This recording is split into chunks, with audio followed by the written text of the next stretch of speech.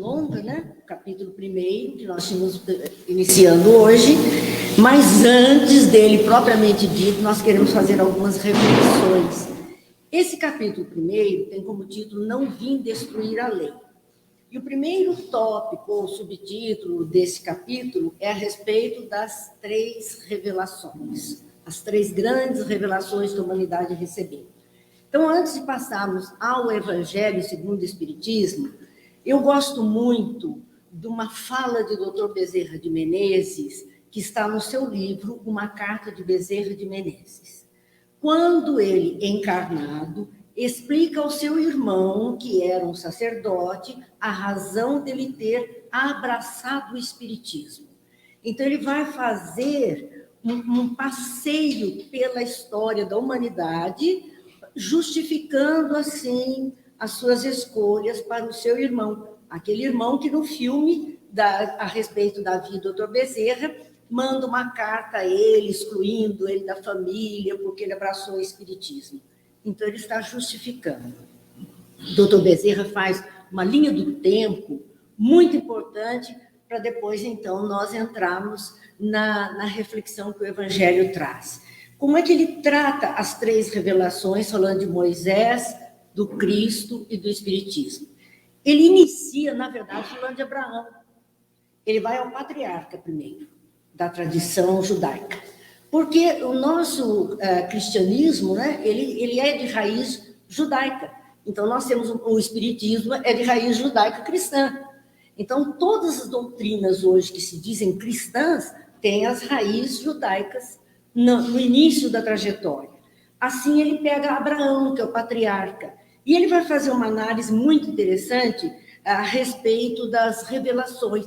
Na verdade, doutor Bezerra diz, existe uma única e grande revelação, e ela vem sendo como que escalonada, pequenas partes vão sendo reveladas. Às vezes a gente ouve alguma colocação de que vamos abrindo cortinas, já não ouviram essa expressão? Como se abrissem cortinas, e aí nós estamos descortinando o ensinamento. É fato, existe um único cenário, uma única peça a rodar. As cortinas estão sobrepostas, impedindo a visualização total. Então, o doutor Bezerra diz assim, olha, existe uma única e grande revelação. E de tempos em tempos a humanidade recebe uma parcela disso, recebe uma parte desse ensino.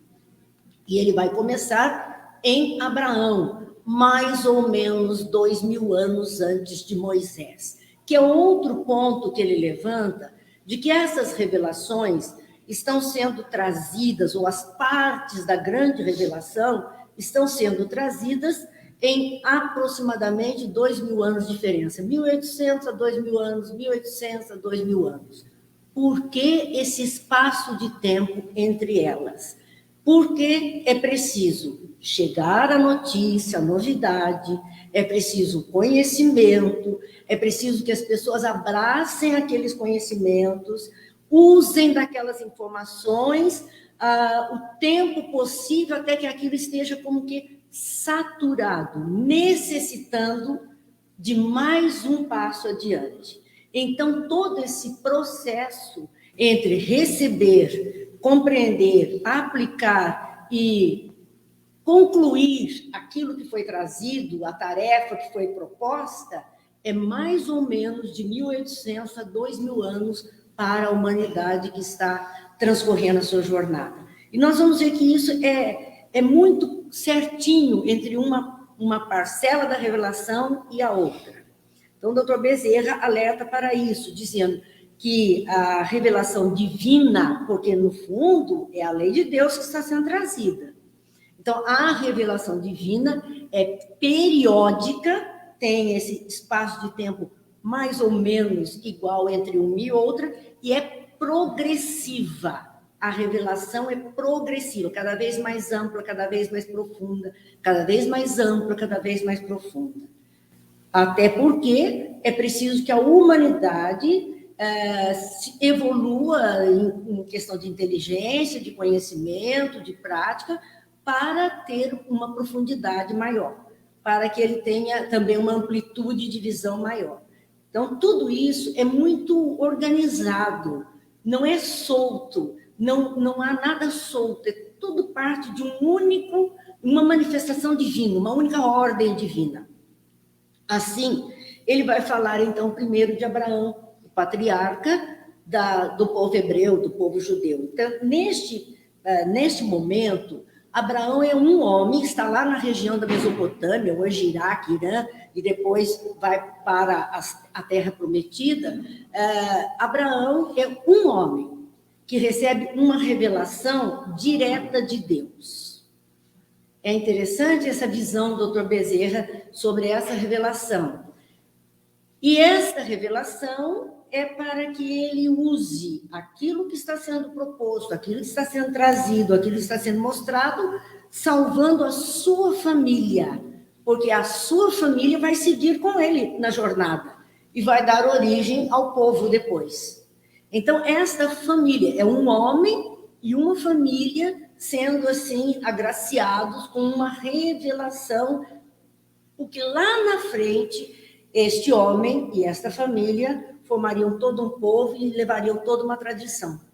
Então, é algo interessante, o Dr. Bezerra chama esse momento que ele diz, primeira revelação, como o período ainda da infância da humanidade. Por isso havia um homem com a capacidade de receber um informe e se propor a cumprir esse informe, conduzindo toda a sua família naquela mesma pauta.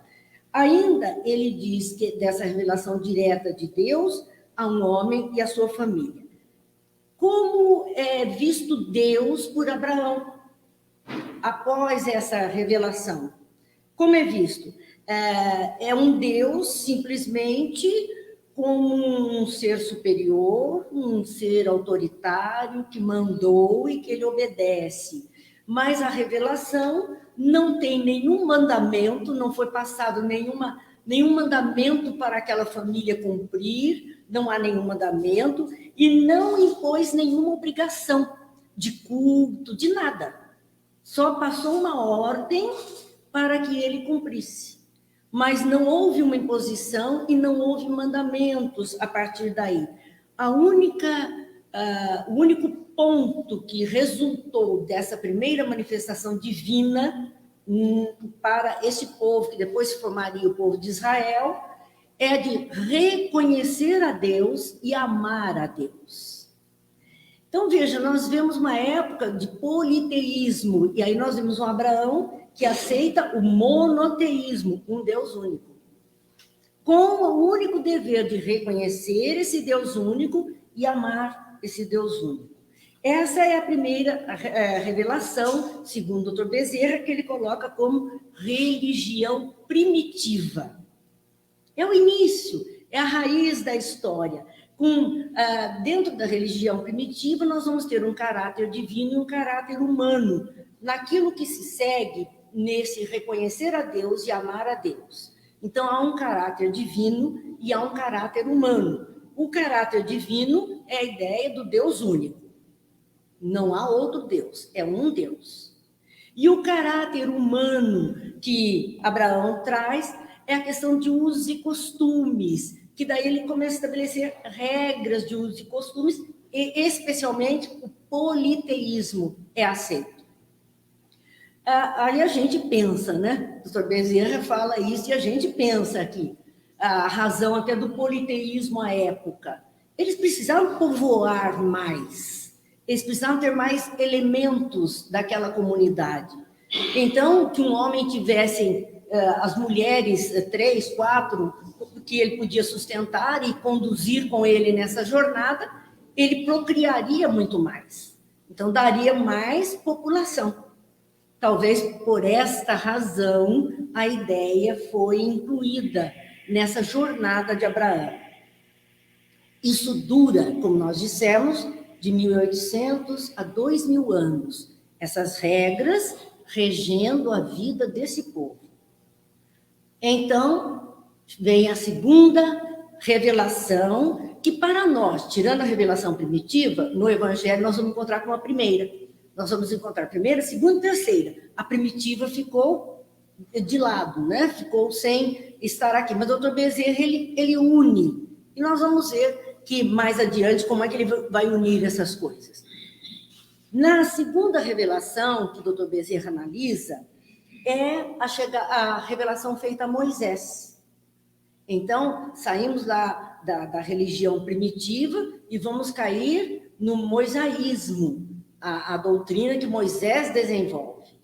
Novamente, nós vamos ver um homem recebendo a revelação, só que agora não é para a família dele unicamente, para o clã que ele dirige, mas é para todo um povo.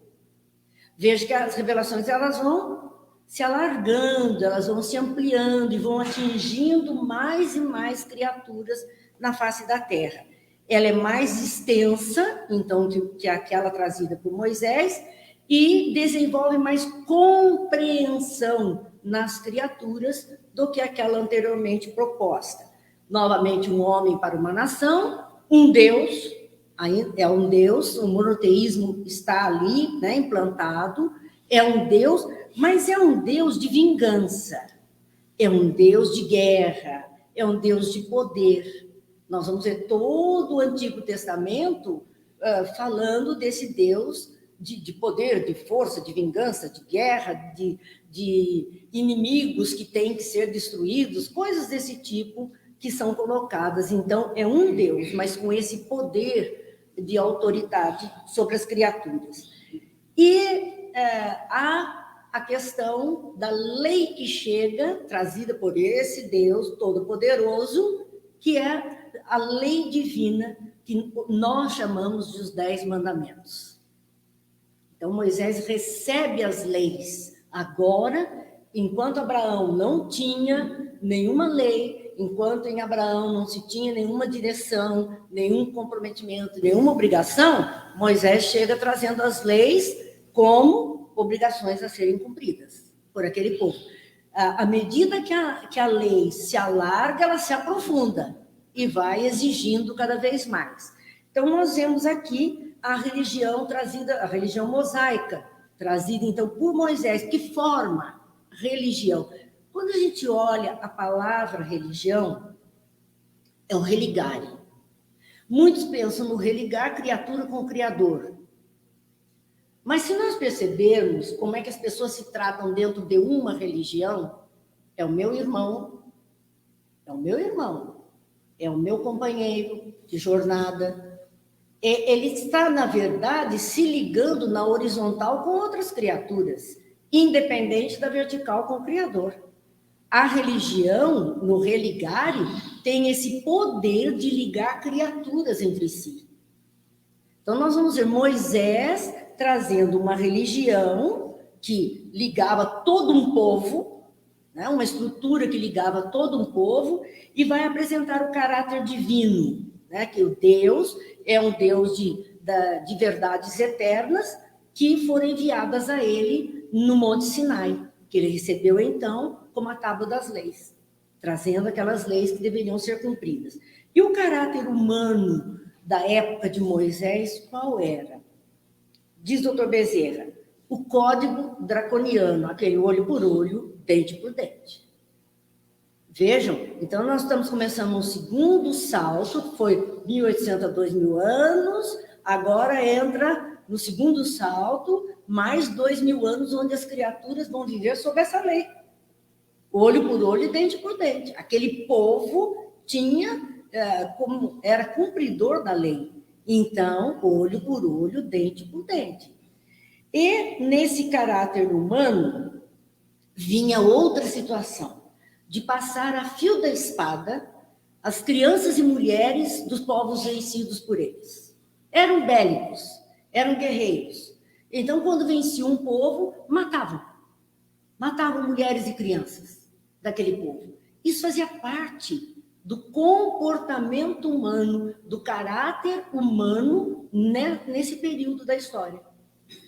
Fazia parte ainda. Aí a gente vai entender, né, a pergunta de Pedro depois a Jesus: Senhor, mas quantas vezes eu devo perdoar o meu irmão? Porque o que não era irmão era para passar na espada. E o irmão?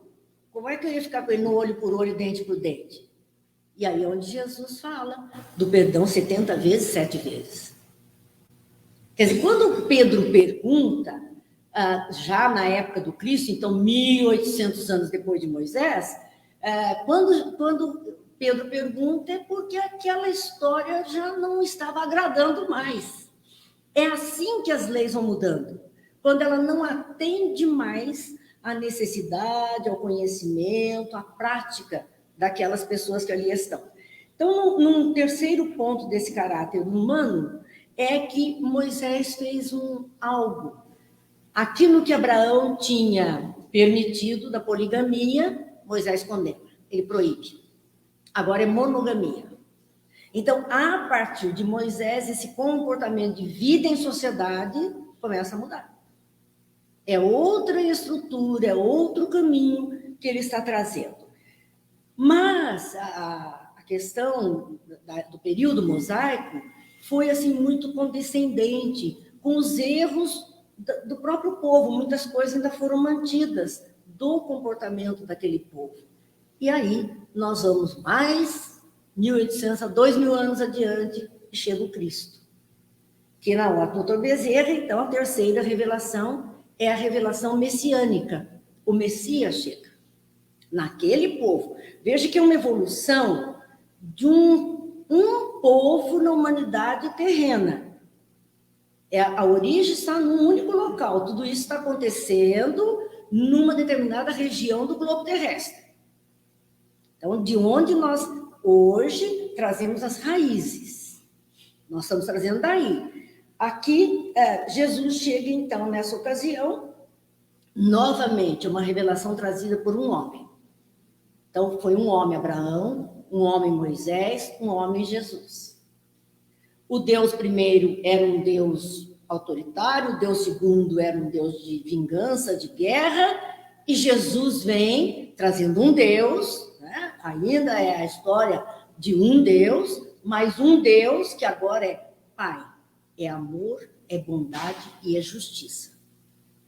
Diferente da imagem que se fazia de Deus anteriormente. Ele muda essa maneira de ver Deus, de entender Deus. Então, Jesus vem trazendo essa informação. E ele não se prende, os ensinos de Jesus, as revelações que ele faz desta vida, ou desse Deus que ele apresenta àquele povo, não é apenas para aquele povo. A mensagem do Cristo se destina a todas as pessoas, a sua ética, a sua moral serve a todas as pessoas indistintamente. Tanto que os discípulos de Jesus saíram da região, foram para Roma, foram para a Turquia, foram para outros ambientes, levando a mensagem. Outros povos chamados gentios. E eles foram levando a mensagem. Por quê? Aquele ensino de bem viver consigo mesmo, com Deus e com as criaturas, se prestava a qualquer povo, a qualquer língua, a qualquer classe social. Se presta, né, a qualquer um. Então, aqui nós vamos ver que a mensagem do Cristo é para todos os povos da terra. A mensagem que ele trouxe, nós não estamos falando que todos os povos da terra seguirão uma religião cristã. Não, a ética do Cristo. A ética se presta a todos os povos da terra, independente de qualquer religião que possa a pessoa abraçar. A ética é perfeita. Jesus, então, regula todos os sentimentos humanos em relação a Deus e ao próximo. É o estabelecimento dele. Por isso que ele diz que ele reduziria aquelas leis, aqueles mandamentos em apenas 2. Amar a Deus sobre todas as coisas e ao próximo como a si mesmo. Ele encerra ali. Se fizer isso, já cumpriu tudo. Se abraçarmos essa ideia, já cumprimos tudo. Então, Jesus vem trazendo essa informação. E a eliminação pela maior intensidade da luz, diz o Dr. Bezerra, do que havia de falso no humano ou nas religiões. Jesus ilumina, e iluminando pode-se ver o que é falso, pode-se ver o que é verdadeiro, descarta-se o falso, fica-se com o que é verdadeiro. Então, essa é a grande tarefa de Jesus, e cada revelação, ela vai aumentando o ensino, porque ela vem sobre a edificação da anterior. Ela amplia, aprofunda o que já existia, traz novidades, alimenta o que é saudável daquilo que já existia, poda o que não serve e se aprofunda mais. Então, o Dr. Bezerra diz, cada revelação aumenta o ensino na medida da capacidade humana. Por isso que tem esse espaço de quase 2000 anos, que é para que o ser humano desenvolva uma capacidade de maior compreensão, de maior desejo de mudança, de maturidade. Então, há que dar um tempo, as coisas não podem vir a galope. Nós temos, a humanidade tem que ter esse tempo necessário.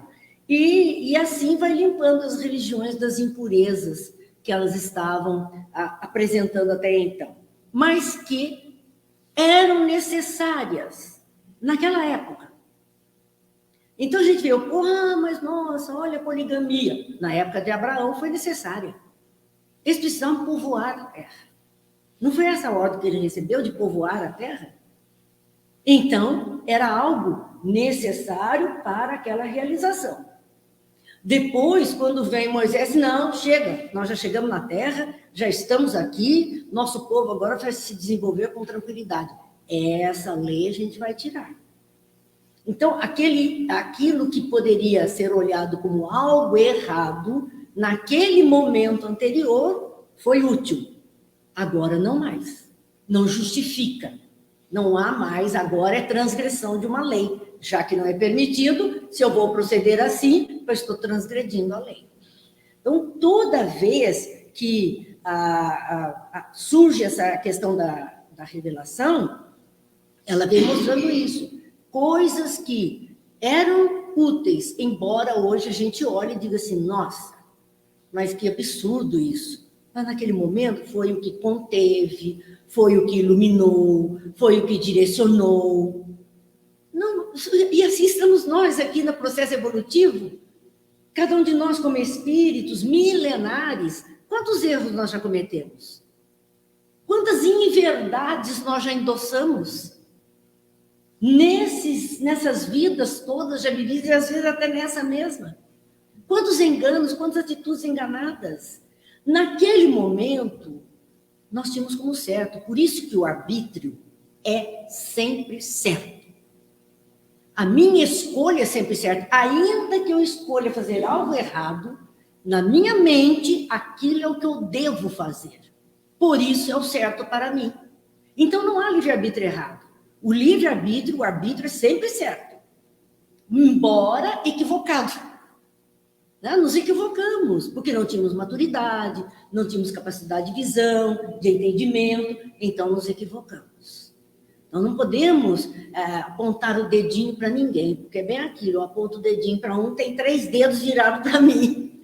Então, olha aqui, estou apontando para você, mas e eu aqui? Sou espírito milenar, comprometido também. Quantos erros, quantos enganos. Naquele momento serviu. Hoje, conscientes, não quero mais. Faço outras escolhas. É esse tempo que nós precisamos. Então, Jesus veio, trouxe tudo isso. E a progressividade da revelação, então, está na razão direta da perfectibilidade humana. O ser humano não é perfeito e nunca será perfeito na medida divina. Nunca.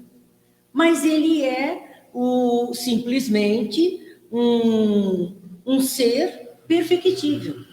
Ele vai trabalhando essa perfeição almejada, ainda que relativa em relação a Deus. Mas ele vai trabalhando isso. 2000 anos novamente, aproximadamente, depois de Jesus. Então, revelação abraâmica, revelação mosaica, revelação messiânica, e chegamos à revelação espírita. Pode ver, de Jesus ao século XIX, aproximadamente os 2000 anos, de 1800 a 2000 anos. Então, pegamos lá 1857, é uma beleza, está certinho o calendário que o doutor Bezerra nos mostra das facetas da grande revelação. E assim, nesses 2000 anos, chega aquilo que o doutor Bezerra chama, por isso que ele inclui o Espiritismo na terceira revelação, porque ele chama de revelação complementar de Jesus.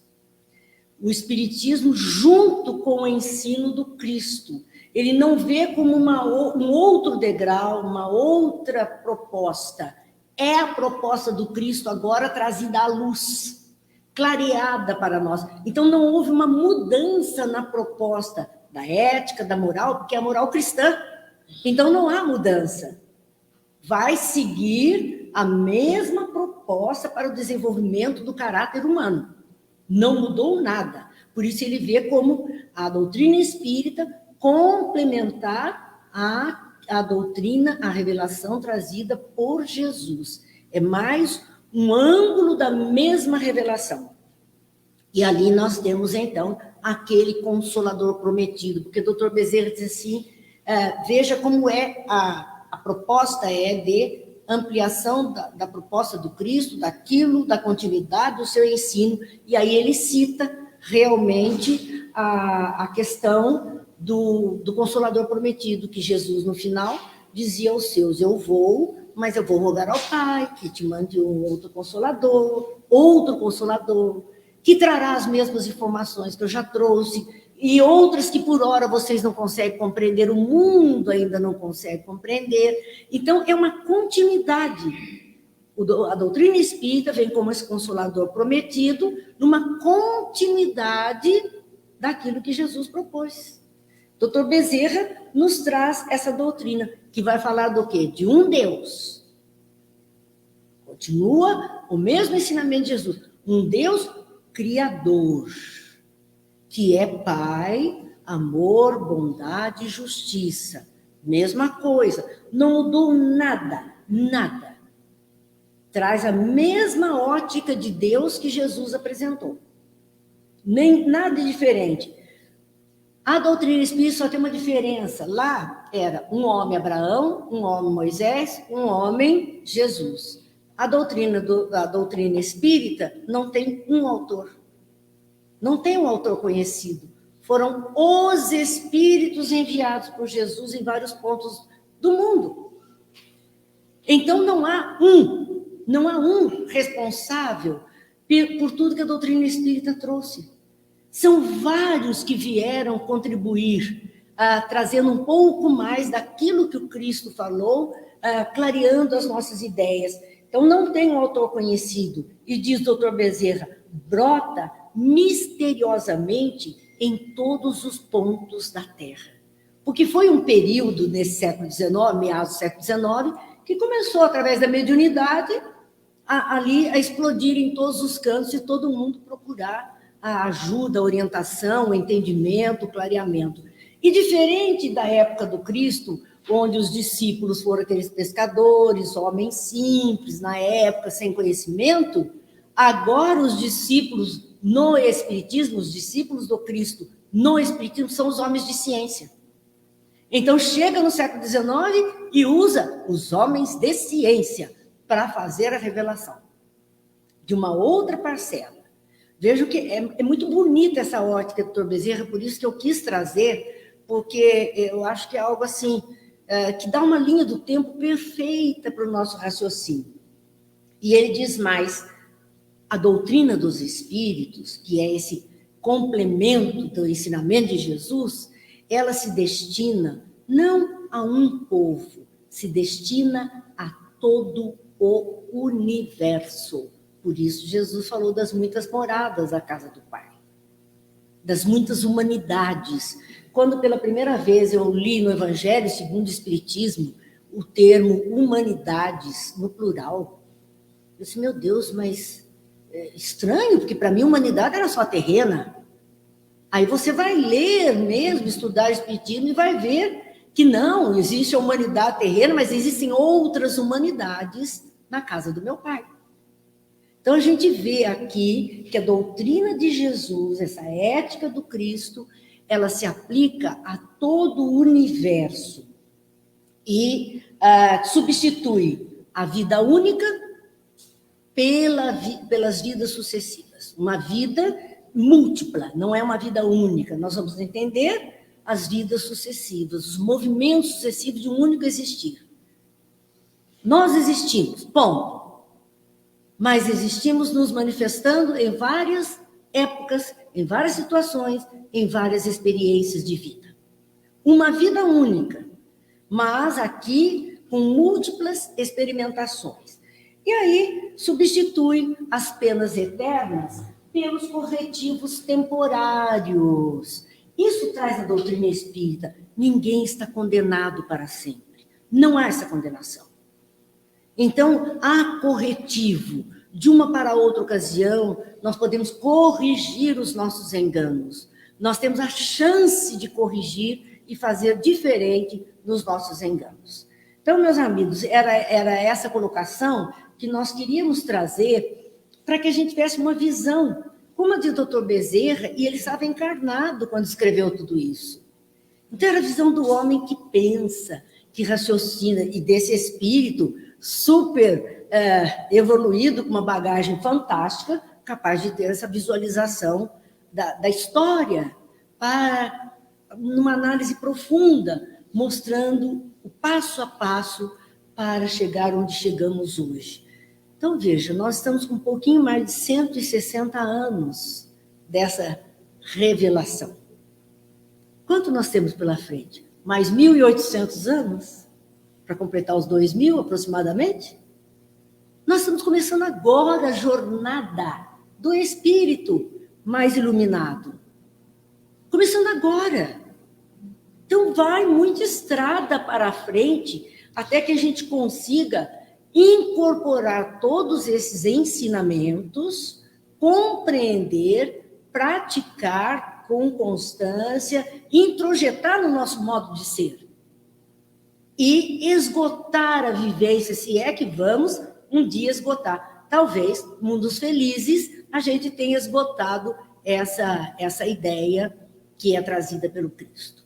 Então, nós temos que ter paciência, porque o tempo é o Senhor da razão e dos nossos destinos. Nosso destino está programado por Deus, criaturas felizes. Então, nós temos que ver isso. Tudo certo até aqui? Foi só para a gente fazer esse passeio, para que a gente entenda essas colocações do primeiro capítulo do Evangelho segundo o Espiritismo. Jesus ele trouxe a concepção do Deus bondoso, perdão da consciência, perdão do Deus, mas ele trazia o reino comum, as recompensas futuras, uma vida melhor no futuro, mas uma vida espiritual. Os antepassados, mas já trazia isso bem. Não era só a recompensa que Jesus fala, o reino. Ele fala de um reino, o reino dos céus, referente ao reino dos céus. Mas ele fala de uma vida melhor para todos, mesmo a começar daqui. A proposta é aqui. As outras tradições, não. As outras tradições, vamos dizer, elas eram mais materialistas, mais terra a terra. Era a conquista da terra prometida, terra-chão, terra crosta terrena, espaço geográfico. Era essa conquista. Depois é que eles pleiteavam, com a continuidade, quando chega aqui em Moisés, é que já se pretende uma visualização um pouquinho melhor, mas a conquista é da terra. O valor é para a terra. Jesus vem e diz assim, tem mais do que essa terra, tá bom? Aqui vocês já conquistaram, os limites já estão demarcados, existe mais coisa além disso que vocês estão pensando. Por isso que ele fala, Nicodemos, se você não entende dessas coisas que são da terra, como é que eu vou te falar das coisas de Deus? Porque se a gente não entende sequer isso, como é que nós podemos pensar nesse mundo espiritual, nesse reino dos céus que ele fala? Os espíritos, quando vieram, e o próprio testemunho de vida deles, do ser que está na vida espiritual e agora se comunicando, está mostrando, há esse reino, eu vivo nesse reino fora da crosta terrena. eu estou num reino, e cada um vem e descreve o lugar que está. As obras de André Luiz são riquíssimas disso, para que a gente tenha uma visualização, porque até André Luiz era muito difícil ter essa visualização. Quando o Chico vai, até para escrever mesmo Nosso Lar, ele psicografar, ele começou a ver aquilo e achou que estava complicado aquele negócio.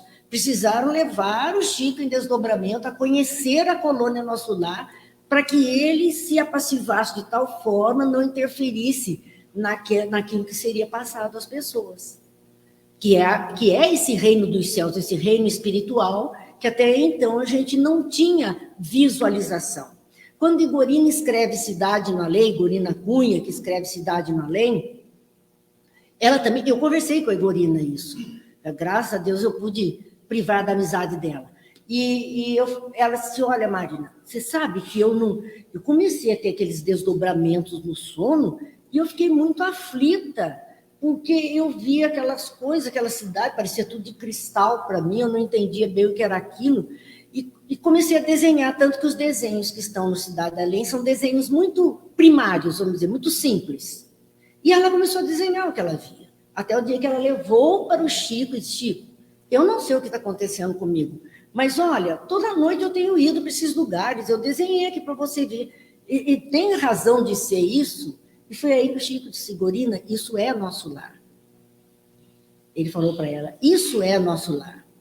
Essas construções que você está relatando são as construções de nosso lar. Aí a gente vê que ela escreve o Cidade no Além, tem até o mapa, né? Localização da colônia Nosso Lar, tem tudo no final do livro desenhado pela própria Igorina. Então fica esse registro, quer dizer, dali para cá, que nós temos tido uma visualização maior. Dona Ivone do Amaral Pereira mostrando o invisível para nós, ela mostra a vida no invisível, e outros, né, que trouxeram. Mas aqui, junto de nós somos abençoados. Eu não digo privilegiados, porque não há privilégio, há responsabilidade. Mas nós estamos sendo abastecidos com muito zelo, com muito cuidado, com muita informação. Para fazer o quê? A questão é essa. O que é que nós estamos fazendo com tudo que temos recebido? Porque neste momento, no mundo, não tem outro ponto que tenha maior conhecimento de vida espiritual que o Brasil aqui, através do Espiritismo. Porque os nossos companheiros daqui, que foram para outras terras além mar, é que levaram. De lá para cá não tem vindo. É daqui para lá que está indo. Então, o que é que nós estamos fazendo? É para a gente parar e pensar um pouquinho, né? Mas vamos, então, ao capítulo 1, que tem 3 tópicos principais. As 3 revelações, Moisés, Cristo e o Espiritismo. Um segundo tópico é a aliança da ciência com a religião.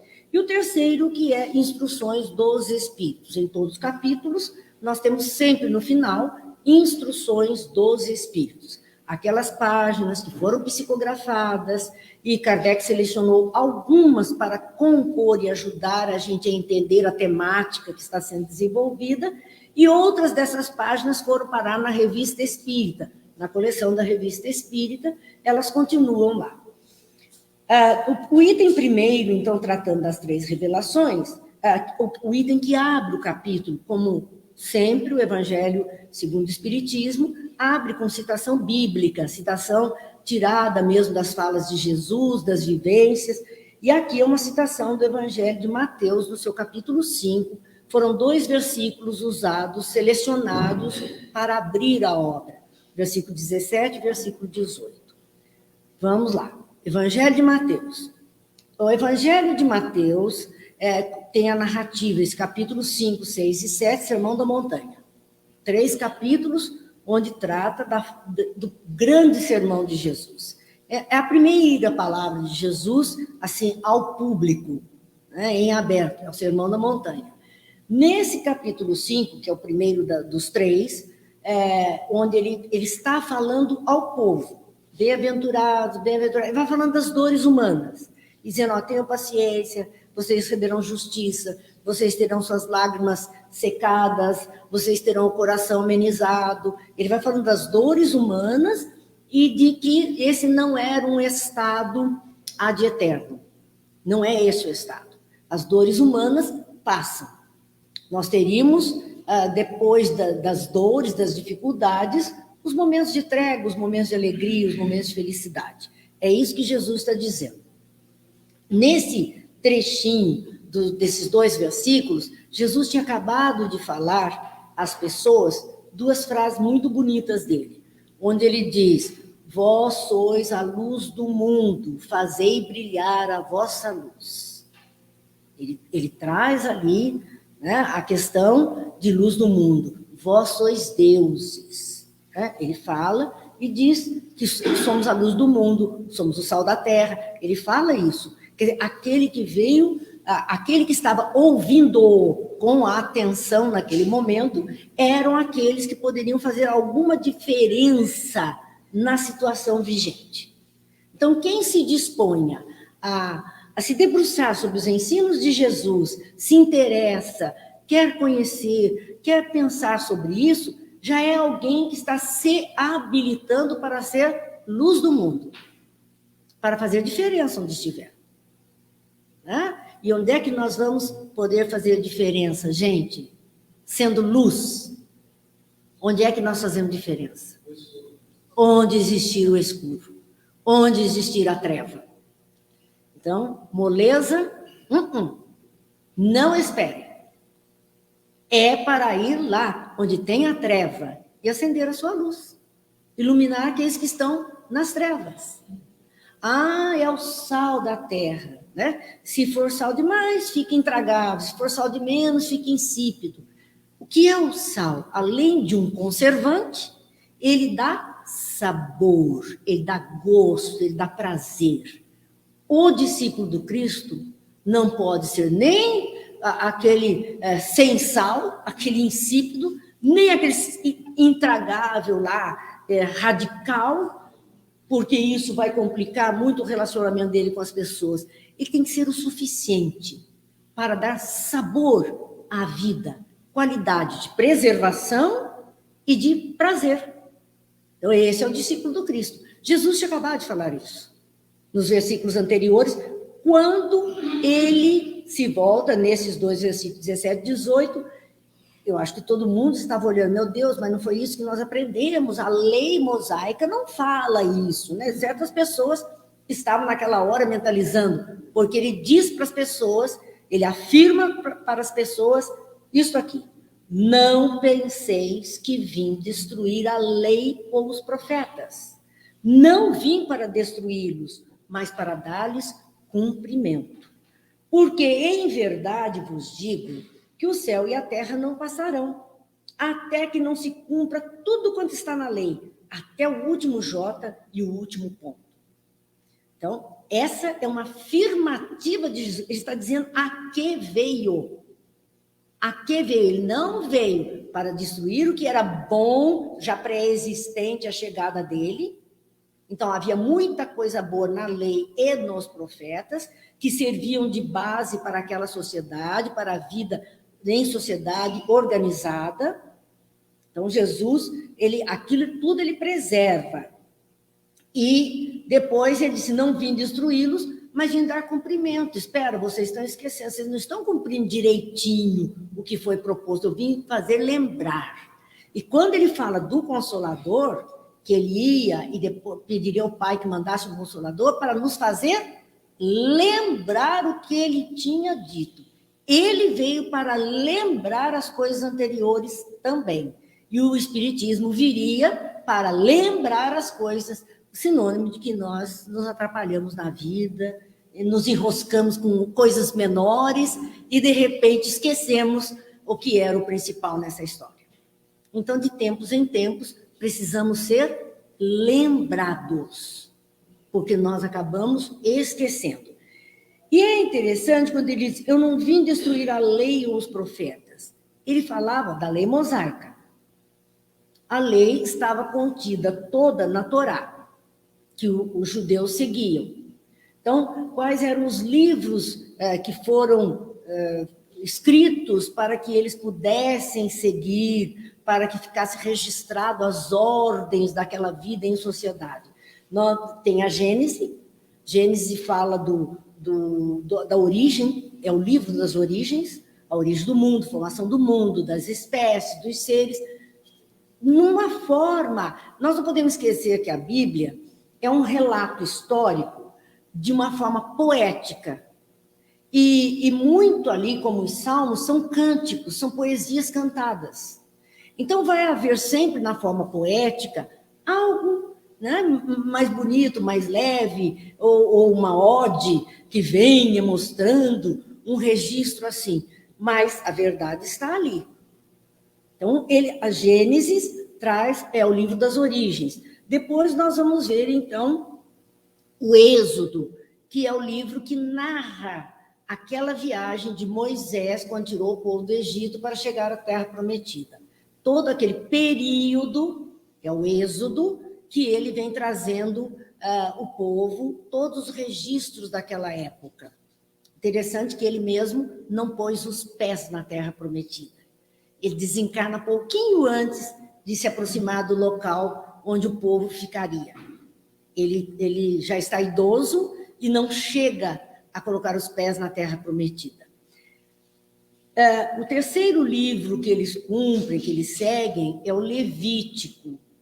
Nós estamos falando, esses são livros que compõem aquilo que nós hoje chamamos de Antigo Testamento. Então, o Levítico é um livro de práticas, de rituais, de ordens, de leis morais. Tudo está ali no Levítico. Era o comportamento, como eles deveriam se comportar. Está no Levítico. Depois nós temos o livro chamado Números. Esse livro é o censo. Hoje nós temos o censo. De tempos em tempos, temos aí para saber a população, religião, tipo de conhecimento, enfim, da notícia da população. O livro Números traz todo o registro do povo. E, por último, o Deuteronômio, que é um livro que traz a respeito do nascimento de Moisés, do recebimento dos ensinos dele e daquilo que ele direcionou, as regras que ele colocou para a caminhada no deserto e chegada na Terra Prometida. Então, é o livro de leis. Esses livros eram seguidos. Jesus, eu não vim destruir isso.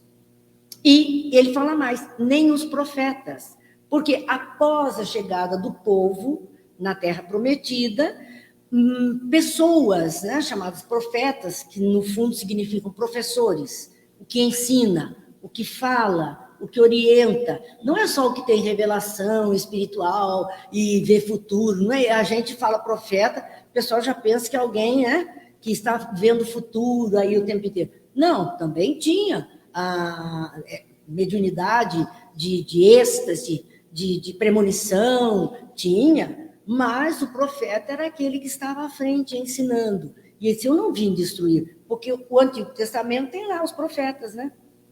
Todos os livros dos profetas, com o que cada um trouxe de contributo para direcionar aquele povo. Esse eu não vim destruir nada disso. Não vim para destruí-los, mas para dar cumprimento nas leis, nas regras, nas orientações. Ele veio reforçar o que de bom já existia, trazendo outros pontos que até então era desconhecido daquele povo e chamando atenção, porque a gente vai ver no próprio Sermão da Montanha, quando ele começa, bem-aventurados aflitos, né? Bem-aventurados pobres em espírito, porque o pobre era aquela criatura excluída, era aquela criatura que, eles diziam, ele é pobre porque Deus, ele não é bom, então, como ele é ruim, Deus castiga com pobreza. Ele era o excluído nesse aspecto. Ele não era o filho de Deus. Ele não era olhado como filho de Deus. Mas isso foi coisa dos homens, ao longo do tempo, do poder, da ganância, do dinheiro, né?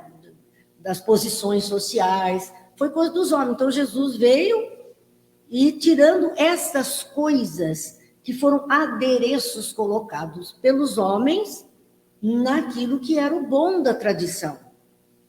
As pessoas trouxeram e ele então vai dizer, eu vim dar cumprimento. Vamos lá, vamos lembrar o que é e fazer agora direitinho. Tira essa parte que foi acrescentada e que, na verdade, não serve para nada, só para separar as pessoas. Vamos unir, vamos fazer diferente. Porque, em verdade, vos digo que o céu e a terra não passarão. O que significa? Não vai acabar. O planeta não vai explodir. Né? Não vai haver aí o juízo final, a hecatombe, vai tudo pelos ares. Não passará.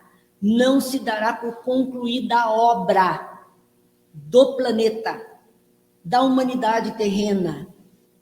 O ciclo não se fecha enquanto não se cumpra tudo que está na lei de Deus, que é a lei do amor. Enquanto a humanidade inteira, né, não estiver 100% agindo dentro da lei do amor, essa história não é a obra concluída, a obra está em andamento. Por isso, ele orienta aqui, e até que se cumpra o que está na lei, até o último J e o último ponto, porque eram letras do hebraico, né, que significavam, então, o último, a última fala, o último ponto. Enquanto tudo que está aí não for de uso comum, a história vai continuar. Então, gente, tranquilo, porque essa terra tem muita estrada pela frente ainda, e nós, humanidade terrena, espíritos candidatos à próxima reencarnação aqui mesmo, se Deus quiser, né? Nós ainda temos muito o que fazer, muito o que aprender, muito o que fazer. Algo mais aqui? Tranquilo, então, na fala de Jesus? Então, vamos ver que o Kardec vai começar analisando Moisés, 2000 anos aproximadamente antes de Cristo. E aí, Kardec registra o seguinte: há duas partes distintas na lei mosaica, como o doutor Bezerra falou lá. A lei de Deus, então, que é divino, promulgada no Sinai, que veio para nós na forma daqueles 10 mandamentos, e a lei civil ou disciplinar, estabelecida pelo próprio Moisés, para bem conduzir o povo, para ter ordem na sociedade. Uma é invariável, a lei de Deus. Não muda nunca. Essa é perfeita, é invariável. É invariável. A outra é apropriada aos costumes e caráter do povo e se modifica com o tempo. É o que nós temos mesmo no nosso Código Civil. Leis que até então atendiam a necessidade do povo, de uma determinada população, de uma vida em sociedade, agora essas leis já não atendem mais em plenitude as necessidades desse momento. Então precisa haver uma melhoria da lei, uma mudança da lei, leis novas que chegam, sempre na questão de atender uma necessidade. A lei não vem antes da necessidade existir. A lei surge depois que a necessidade se apresenta. Ela vem dar solução àquilo que ficou agora confuso para a humanidade. Aí estabelece uma lei, um código de leis, para atender aquela necessidade em específico. Então, a lei de Deus é imutável. A lei humana é sempre mutável.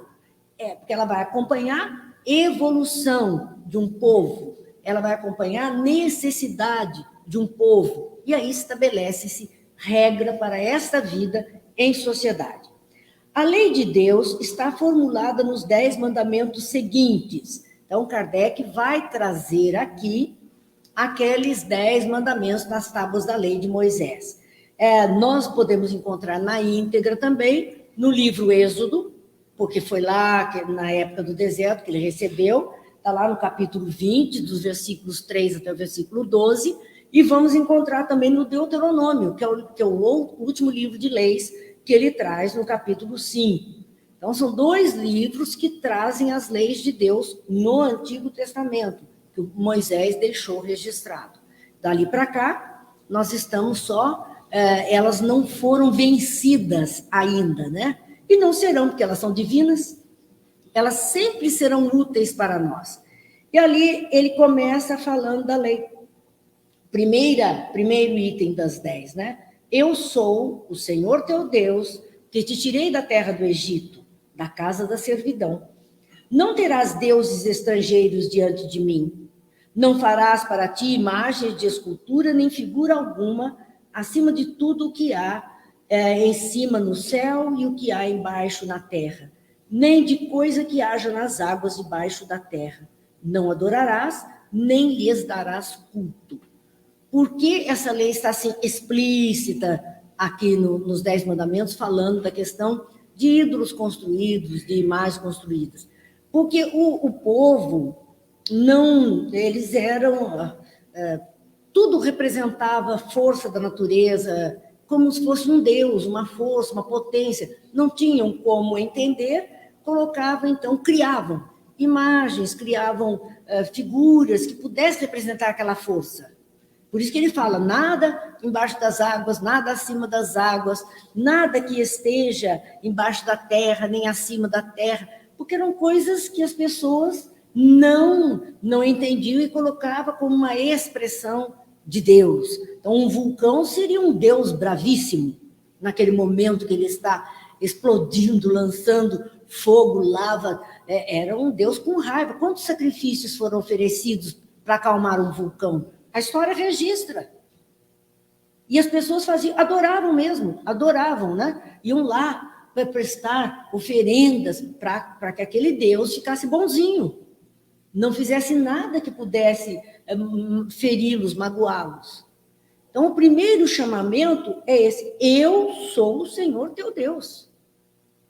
Há um Deus que te tirei da terra do Egito, quer dizer, te deu um destino, tirei da casa da servidão, e por conta disso você não vai esquecer aquilo. O Egito tinha muitos deuses, eles viviam com essa cultura e estavam trazendo esses costumes.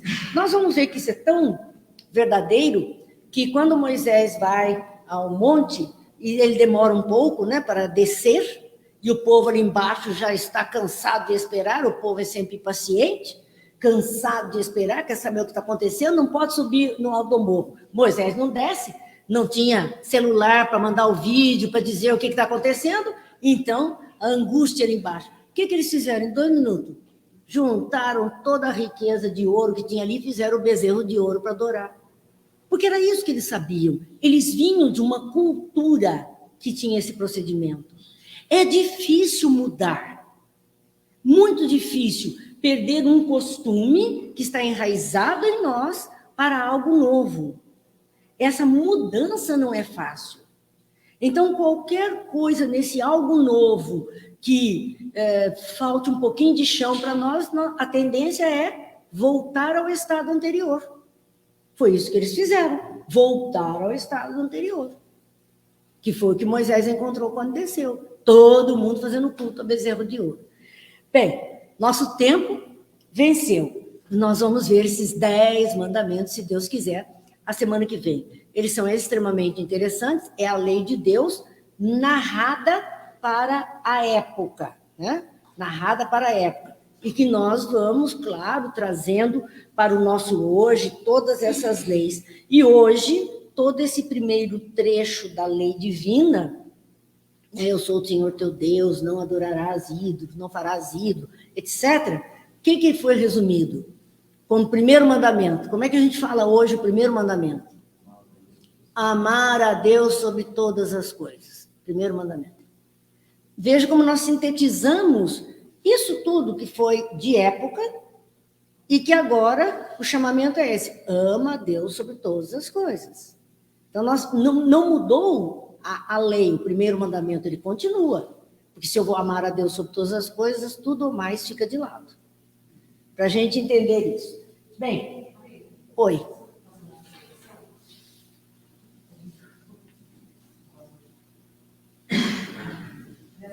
Nessa abertura, falando de presidente Veneza, uma coisa interessante, de todas as etapas foi um personagem, né? Um homem. Abraão, José, Jesus. E quem de nós um dia não pensou que essa terceira revelação para nós colocaria isso no Kardec, né? Porque, assim, acho muito que o espiritismo de Kardec... A expressão, né? Espiritismo de Kardec. Não, o espiritismo não é de Kardec. Por isso que a gente diz, ele é o codificador dos espíritos que trouxeram informação. O espiritismo é dos espíritos que vieram, a mando do Senhor, trazer o clareamento para as nossas ideias. Kardec foi o secretário dessa história toda, né? O relator dessa CPI de Jesus na Terra, ele foi o relator, o responsável por o tratado que está apresentado a nós. Ele é o relator dos espíritos. Então, não há um espiritismo de Kardec, espiritismo kardecista. É somente espiritismo. Espiritismo. Né? É isso que a gente precisa colocar na cabeça. Kardec é esse relator com a condição que ele tinha. Meu Deus do céu, coitadinho de nós perto dele, né? Para fazer essa relatoria toda dos ensinos, decodificar tudo isso, trazer, organizar, separar os textos. Precisava ter a habilidade, a maturidade, a grandeza desse espírito, a sensibilidade, porque ele foi, o tempo todo, ele fala da mediunidade dele de inspiração. Ele era inspirado, né, para seguir esse caminho, seguir aquele caminho. Então, ele admite a presença dos espíritos, mesmo junto dele, ajudando a relatoria. É interessante, a gente vai observando, é bem maior do que a gente pode. A gente tem uma tendência, né, de diminuir a coisa e não dar devida grandeza ao trabalho realizado. Mas vamos lá, então, quem é que vai fazer a nossa prece hoje? Olha que nós já falamos muito. Quem vai fazer? Beth vai fazer, Beth? Está aí atrás, pode fazer a prece.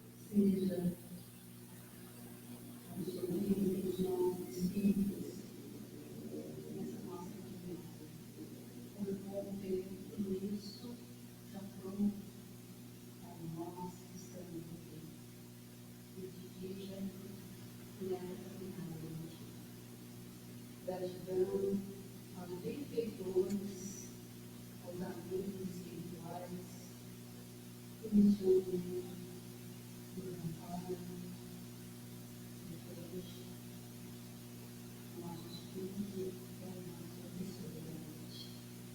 Que Jesus nos abençoe e que tenhamos uma noite tranquila, de paz e de fazimento. Que seja, Deus abençoe a todos, boa noite, até a semana que vem, se Deus quiser.